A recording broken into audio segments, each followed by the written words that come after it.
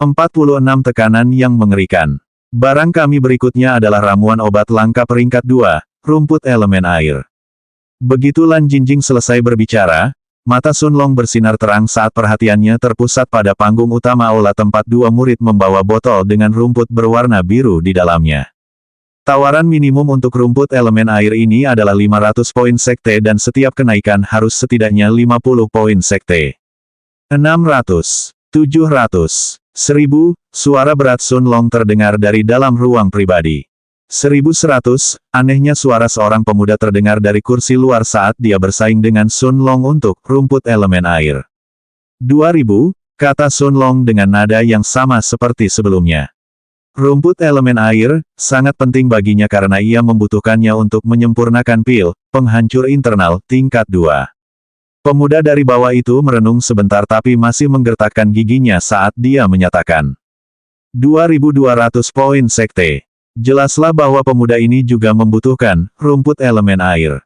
3000, Sun Long memanggil lagi membuat pemuda di kursi luar merasa putus asa. Orang-orang di aula terkejut karena harga rumput elemen air telah mencapai 2 kali lipat dari harga pasarnya. Biasanya sebatang rumput elemen air akan dijual seharga 1.300 poin sekte.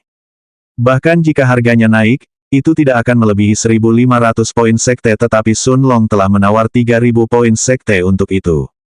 Setelah tawaran Sun Long sebesar 3.000 poin sekte, tak seorang pun lagi yang bersaing dengannya untuk mendapatkan rumput elemen air, dan staf paviliun harta karun mengirim seseorang untuk mengantarkannya ke kamar pribadinya sekaligus mengambil pembayarannya. Setelah Sun Long mendapatkan rumput elemen air, dia bergumam. Yang kubutuhkan sekarang hanyalah buah roh api. Yin Xing tampak ingin mengatakan sesuatu, tetapi dia tidak tahu bagaimana mengatakannya. Sun Long mengalihkan pandangannya ke arahnya dan berkata, "Jika kamu ingin mengatakan sesuatu, katakan saja." Yin Xing menganggukkan kepalanya saat dia menjawab. "Senior, meskipun tidak ada seorang pun petinggi di paviliun kita yang peduli bahkan jika mereka tahu Anda sedikit menaikkan harga 3 botol pertama, pil penghancur penghalang ki, saya khawatir masalah bisa timbul karena identitas Senior Li. Senior Li adalah anggota tingkat tinggi di Sekte Awan Mengambang, kami, dan saya khawatir dia mungkin mencoba menciptakan masalah bagi senior saat Anda meninggalkan paviliun harta karun kami." Sun Long mengangguk mendengar perkataan Yin Xing, tetapi dia tidak bisa menunjukkan rasa takut terhadap Li Wei atau hal itu dapat mengungkap identitasnya. Bagaimanapun juga, Sun Long seharusnya juga seorang alkemis tingkat tinggi. Setelah memikirkannya sebentar, dia berkata, "Meskipun aku tidak takut pada masalah apapun yang mungkin Li Wei coba timbulkan padaku, aku tetap tidak ingin membuang-buang waktuku bersamanya." Sikap Sun Long yang tidak peduli saat berbicara benar-benar membodohi Yin Xing yang kemudian menjawab. "Kalau senior tidak keberatan, bagaimana kalau kamu meninggalkan paviliun ini setelah mendapatkan semua yang kamu butuhkan?" Sun Long merenung sebentar sebelum menganggukkan kepalanya. "Bukan ide yang buruk. Kalau begitu mari kita ikuti rencanamu," kata Sun Long dengan suara yang tenang namun berat. Yin Xing menyeka keringat di dahinya sambil berpikir dalam hati. Syukurlah senior itu begitu acuh tak acuh dan tidak peduli dengan pertengkaran dengan orang lain hanya karena masalah kecil. Kalau tidak, jika aku harus bermeditasi atas pertengkarannya dengan senior Li, aku tidak akan punya cukup lapisan kulit untuk menyelamatkan diriku. Yang tidak diketahui Yin Xing adalah bahwa Sun Long juga berusaha mencari cara untuk menghindari Li Wei atau hal itu akan berakhir dengan terungkapnya identitasnya jika mereka benar-benar bertarung. Bagaimanapun, Li Wei sudah pasti mencapai tingkat surga sebagai alkemis tingkat perak, dan Sun Long tidak akan berdaya di hadapannya jika mereka benar-benar bertarung. Saya harus menjadi lebih kuat lagi. Kecepatan kemajuan saya tidaklah cukup. Orang-orang seperti Li Wei, dan bahkan orang-orang seperti Yin Xing sudah jauh lebih kuat dari saya. Jika saya ingin mendapatkan pijakan di dunia kultivasi, saya harus menjadi lebih kuat dari orang-orang ini. Saya akan berusaha sebaik mungkin untuk mencapai tingkat surga, karena hanya dengan begitu saya akan dapat bertarung dengan orang-orang seperti Li Wei. Tepat saat Sun Long hendak menjernihkan pikirannya, dengan tujuan mencapai tingkat surga, batu berbentuk segitiga itu menyedot kesadarannya, dan kekuatan yang luar biasa dahsyatnya menolak semua yang ada di sekitar Sun Long. Hiasan di dalam ruangan dan bahkan sofa yang terbuat dari bulu binatang ajaib tingkat 2 semuanya hancur berkeping-keping sementara Yin Xing yang berada di pintu ruangan terlempar keluar seperti bola meriam. Segala sesuatu dalam radius 10 meter di sekitar Sun Long ditolak dan tekanan surgawi yang tampaknya terpancar dari tubuhnya dapat dirasakan oleh semua orang di seluruh aula lelang. Semua orang merasa seperti akan hancur karena tekanan yang mengerikan ini karena mereka bahkan tidak bisa bernapas dengan benar. Bahkan Li Wei berlutut di dalam kamar pribadinya karena tekanan yang mengerikan ini. Matanya penuh dengan teror saat dia melihat ke arah kamar Sun Long dan memikirkan pria yang ingin dia balas dendam, yang sekarang memancarkan tekanan seperti itu. 47 keinginan. Sun Long dapat merasakan bahwa batu berbentuk segitiga itu melepaskan aura penekan di luar tubuhnya namun kesadarannya tersedot ke dalam batu berbentuk segitiga itu. Kali ini ia belum sampai di tempat ia berlatih, Jam Pasir Raja, melainkan terhisap ke dalam sebuah ruangan gelap gulita tanpa jejak cahaya sedikitpun. Sun Long tidak bisa melihat apapun di sekitarnya ketika suara bermartabat yang datang dari dalam kegelapan bertanya padanya. Apa yang kamu inginkan? Sun Long bingung ketika suara itu bertanya padanya lagi. Apakah kamu menginginkan kekuasaan? Sun Long tidak tahu apakah batu berbentuk segitiga itu yang bertanya padanya atau orang lain, tetapi karena batu itu langsung menyatu dengan jiwanya, dia selalu merasa seolah-olah batu itu adalah bagian dari dirinya jadi dia menjawab. Apakah kamu batu kecil itu? Suara itu mengulang pertanyaan itu. Apakah kamu menginginkan kekuasaan? Sun Long menganggukkan kepalanya saat dia menjawab dengan jujur. Ya, berapa banyak tenaganya? Suara itu bertanya lagi padanya. Sun Long kemudian berpikir sebentar sebelum menjawab. Setidaknya cukup untuk mengalahkan ahli tingkat surga. Untuk pertama kalinya, suara dari kegelapan menunjukkan beberapa emosi saat tertawa dan berkata, ahli tingkat surga, lalu apa yang akan kau lakukan jika kau bertemu seseorang yang tingkatnya bahkan lebih tinggi dari ahli tingkat surga? Sun Long tidak menyangka suara itu akan menanyakan pertanyaan seperti itu padanya dan untuk pertama kalinya, dia tidak memiliki jawaban dalam benaknya. Suara itu kemudian bertanya padanya. Apa tujuan Anda? Sun Long berpikir dalam dan keras untuk waktu yang lama. Apa tujuan saya? Perlahan Sun Long menjawab. Saya ingin bebas. Apa lagi? Tanya suara itu. Saya ingin mengendalikan nasib saya sendiri. Apa lagi? Suara itu mengulang. Sun Long tidak tahu harus menjawab apa saat suara itu berbicara lagi. Carilah jauh di dalam dirimu. Apa yang sebenarnya kamu inginkan? Saya ingin hidup lebih lama. Saya ingin mengalami segalanya di dunia ini. Saya tidak ingin dibatasi oleh orang lain. Saya ingin berdiri di puncak dunia ini. Saya ingin menjadi orang terkuat. Saya ingin menjadi orang yang memegang kendali. Hasrat mengalir keluar dari hati Sun Long sementara suaranya semakin keras dan keras saat ia terus menyebutkan lebih banyak hal. Hasrat mudah ditekan jika Anda menyimpannya dalam kegelapan, tetapi sulit dikendalikan jika Anda memperlihatkannya sedikit saja cahaya. Hahaha, ya, itu dia. Inginkan lebih, minta lebih. Gunakan tanganmu sendiri, Tuan. Kau diizinkan untuk berdiri di puncak dunia ini kali ini, sebagai pemilik batu waktu. Tuan, tanya Sun Long penuh tanya. Suaranya semakin melemah. Aku akan mengikutimu apapun yang terjadi, karena kau adalah tuanku. Pada akhirnya, suara itu hampir tak terdengar saat kegelapan perlahan surut.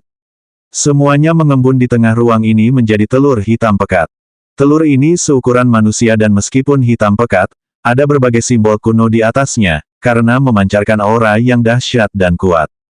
Sekarang kegelapan telah surut, Sun Long dapat melihat ruang di sekelilingnya. Luasnya 30 meter persegi dan satu-satunya benda di ruang ini selain telur hitam adalah tanah di tanah. Ketika kegelapan telah terkondensasi menjadi telur hitam pekat, aura yang meledak dari tubuh Sun Long telah mengejutkan seluruh sekte awan mengambang sebelum kembali lagi ke dalam tubuhnya. Baik di kota luar, maupun kota dalam, dari para pengikut luar yang paling lemah hingga para tetua, semua orang terkejut oleh ledakan aura yang kuat ini saat mereka berlutut, semuanya tidak dapat bernapas. Di kedalaman, kota bagian dalam, di dalam area terlarang, terdapat sebuah rumah mewah. Seorang pria yang tampaknya berusia awal 40-an sedang duduk di tempat tidurnya ketika dia merasakan ledakan aura dari paviliun harta karun saat dia memuntahkan seteguk darah. Matanya memandang ke arah lokasi paviliun di kota luar, dan setelah aura mengerikan itu ditarik kembali ke sumbernya, pria itu berdiri. Mungkinkah ada senior yang kuat telah tiba di kota luar, saya? Pria itu bergumam pada dirinya sendiri. Pria ini adalah orang terkuat di seluruh sekte awan mengambang, Master Sekte Liu Jian.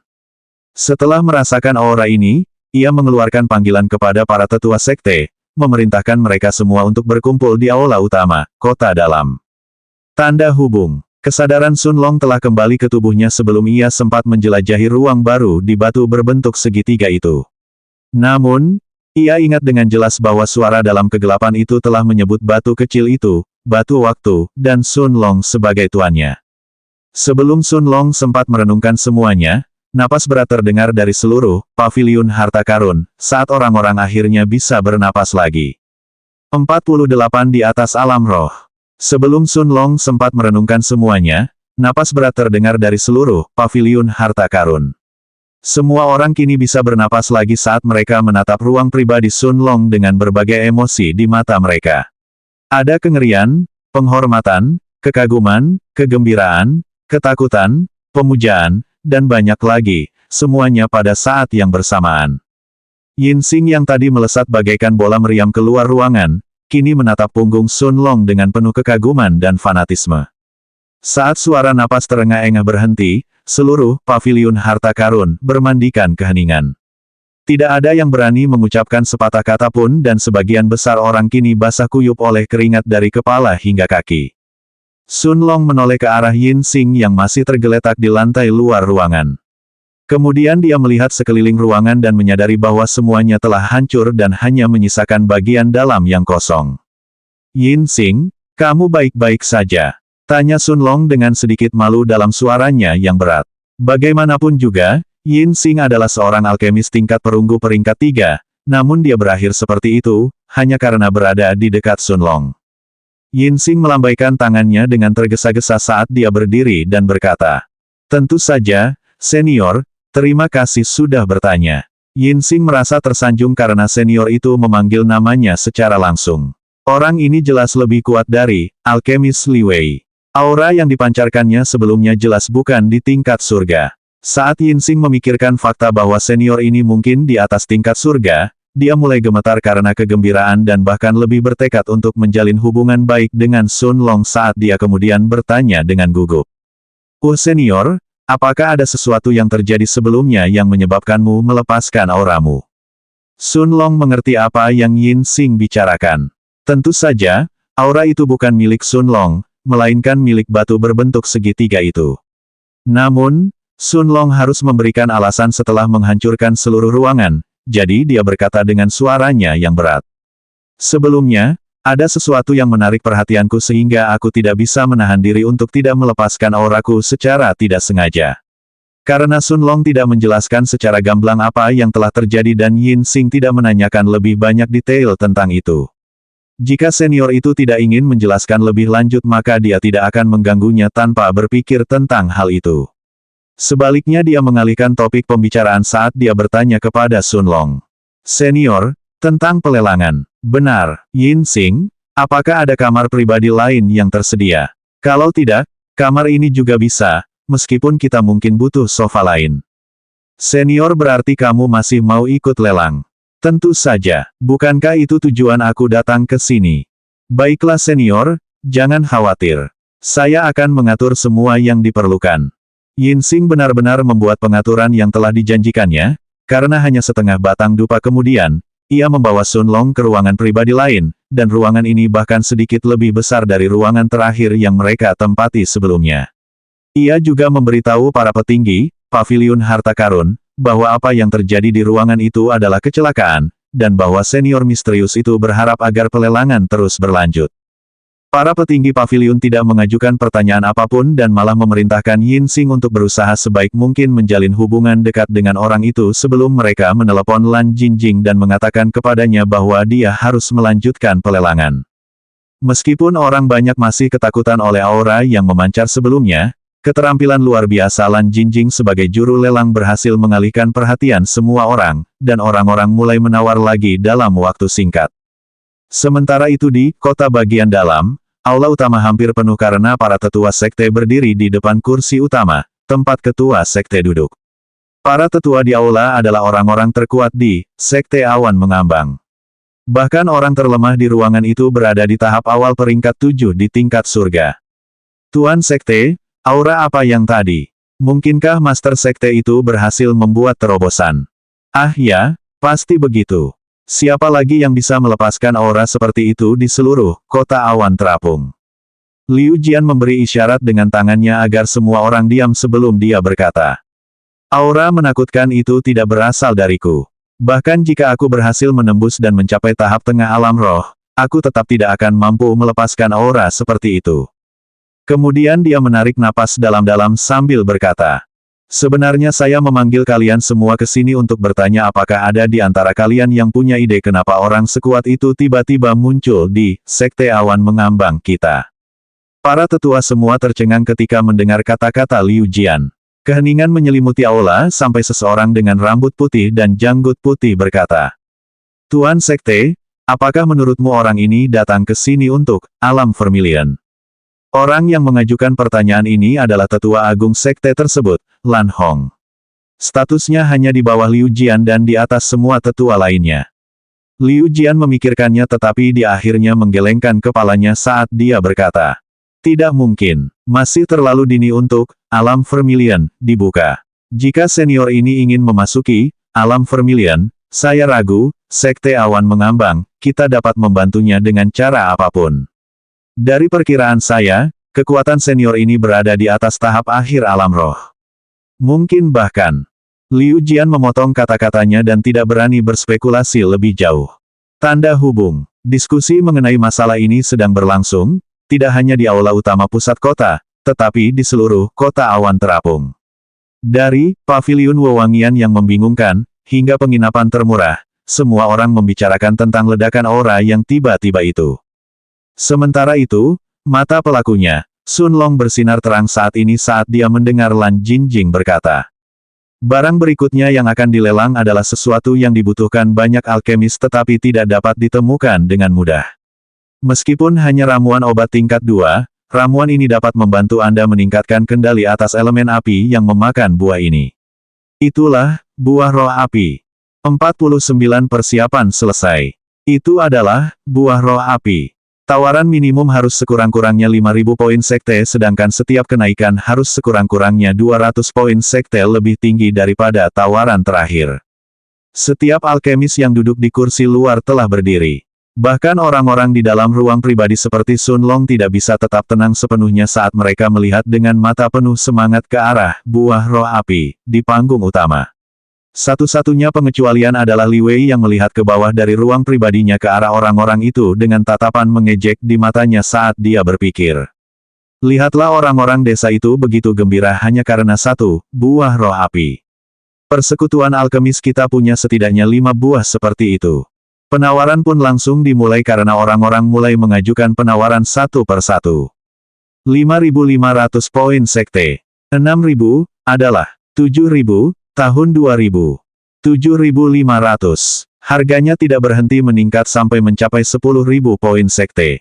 Apakah ada yang bersedia menawar dengan harga lebih tinggi? Kalau tidak, buah roh api, ini akan diberikan kepada tamu terhormat di sini, kata Lan Jinjing sambil menunjuk ke arah seorang tamu di sisi kursi luar yang telah menawar 10.000 poin sekte untuk buah roh api. Kenyataannya, meskipun buah roh api itu langka, 10.000 poin sekte telah melampaui nilainya, tetapi ini adalah kenyataan lelang di dunia kultivasi. Ketika Anda membutuhkan sesuatu, Anda akan membayar sebanyak yang Anda mampu untuk mendapatkannya. 20.000 poin, Sun Long memanggil dari dalam ruang pribadi dengan suara tenang.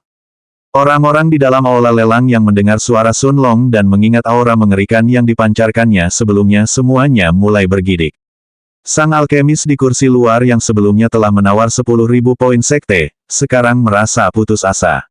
Dia memiliki lebih dari 13.000 poin sekte dan dia yakin bahwa dia bisa mendapatkan buah roh api, tetapi senior ini harus menghancurkan segalanya.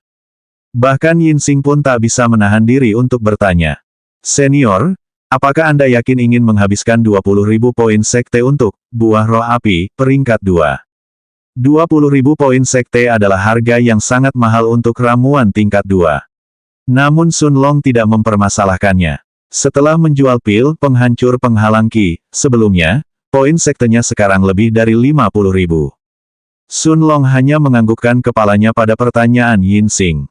Di aula lelang, Lan Jingjing adalah orang pertama yang pulih saat dia berkata, "Jika tidak ada tawaran yang lebih tinggi, maka, buah roh api, ini akan diberikan kepada senior di kamar pribadi nomor 2. Karena tidak ada seorang pun yang mengajukan penawaran lebih tinggi daripada Sun Long, staf Paviliun Harta Karun mengirim seseorang untuk mengantarkan buah roh api di kamar pribadinya." Seorang murid berjubah kuning datang sambil membawa kotak kayu kecil berisi buah roh api. Sun Long membayar 20.000 poin sekte dan setelah menerima kotak itu, ia membukanya dan melihat buah merah seukuran kepalan tangan orang dewasa, dengan garis-garis merah di seluruh permukaannya. Sun Long kemudian menutup kotak itu dan menaruhnya di dalam jubahnya bersama dengan rumput elemen air. Setelah murid itu meninggalkan ruangan, Sun Long menyerahkan selembar kertas kepada Yin Xing sambil berkata, "Meskipun resep ini tidak sebagus resep pil penghancur penghalang Qi asliku, pil yang dibuat dari resep ini masih memiliki peluang 40% untuk membuat seorang kultivator kondensasi Qi tingkat puncak 6 mencapai tahap tengah atau tingkat 7.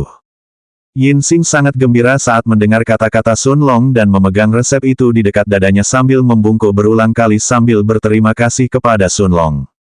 Yin Xing telah banyak membantu Sun Long saat ia berada di Paviliun Harta Karun, dan sebagai seorang alkemis, Sun Long tahu apa yang paling diinginkan Yin Xing.